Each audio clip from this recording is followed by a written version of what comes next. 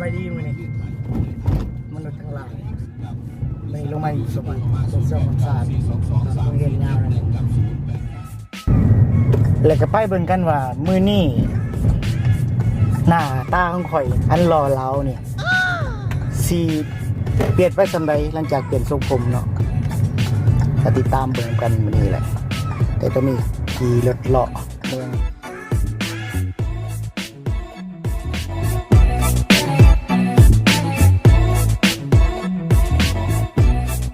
โบสถ์ของศาสนาคริสต์นิกายโรมันคาทอลิกเนาะก็เลยจะเป็นไฮไลท์ที่ว่าครูบ้านครูเมืองมาแต่สมัยฝรั่งปกครอง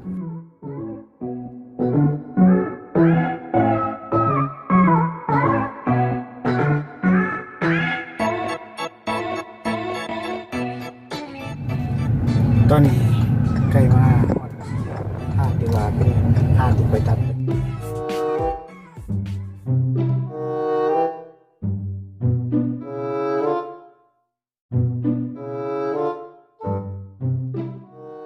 20 minutes later จากถ่ายยนต์เติมเป็นคำเลยครับ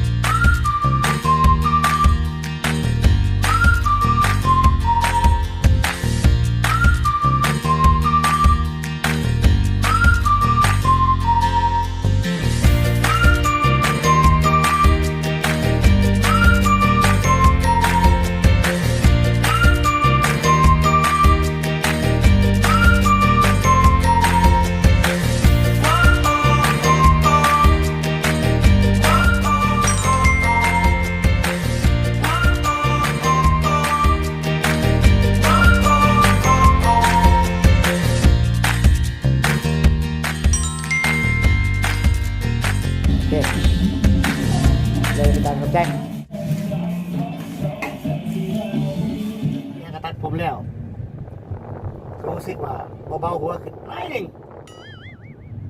จะไปอร่อยเลยไหมตาบันกีพอดีราคาถูกไปนะทุกมือนี่เพราะยังมีนัดอยู่เดี๋ยวขับรถเดี๋ยวไปเจอกันอยู่ห้างดิ 2 hours later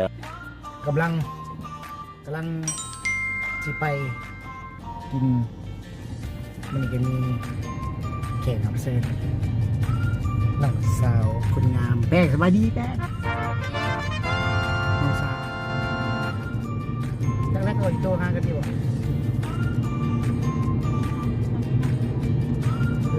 A few moments later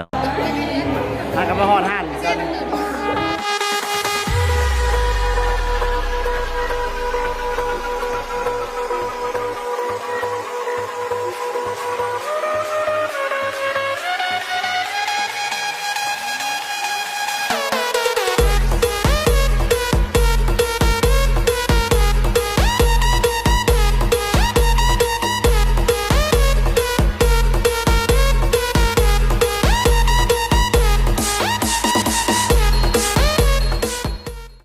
Next morning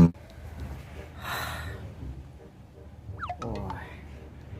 เมื่อคืนนี้จัดนัดตื่นอาจจะตื่นนอน